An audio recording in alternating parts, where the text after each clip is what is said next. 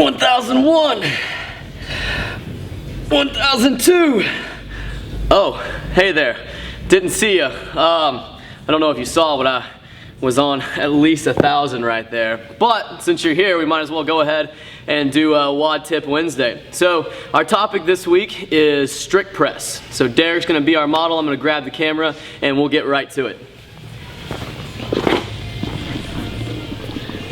All right, so strict press is the second pressing motion that we teach here at Four Barrel CrossFit when it comes to our on-ramp class. The first thing that we're gonna talk about is grip. So when he grips this bar, he's gonna get a nice full grip, not a fingertip grip like you would on a clean. He's gonna be just a little bit outside his shoulders, so he has a nice wide pressing position. He's still gonna utilize that shoulder shelf position, but his elbows are only slightly forward of the bar, unlike he would be in a clean. So this gives him a good pressing position.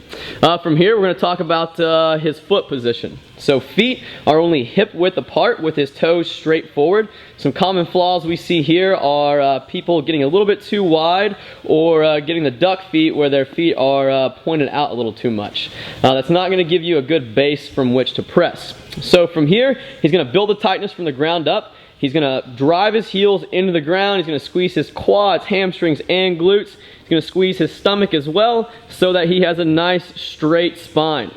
Once his hips are directly underneath his shoulders, he's going to drop his head back and he's going to press the bar straight up to that overhead position.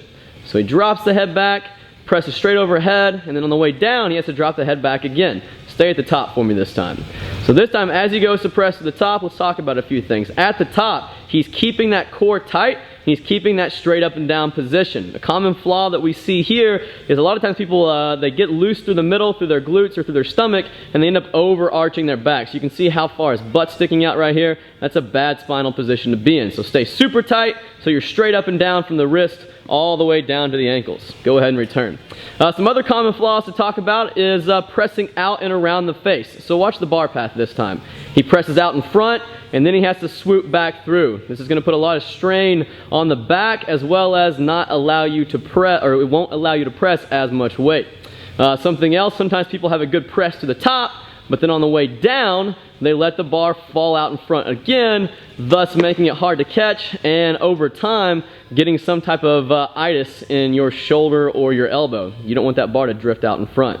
And then the last flaw we want to point out, we see this a lot of times when people are pressing for max weight. They give up their spine right away, and they do the old standing chest press. A lot of times people can get a little bit more weight that way, but that's not good form. It's putting a ton of pressure in the lower back, and it's simply not where we would like to be. So that's it. You can go ahead and rack. That's going to be it for WOD Tip Wednesday this week. Be sure to check back in next week for our next movement.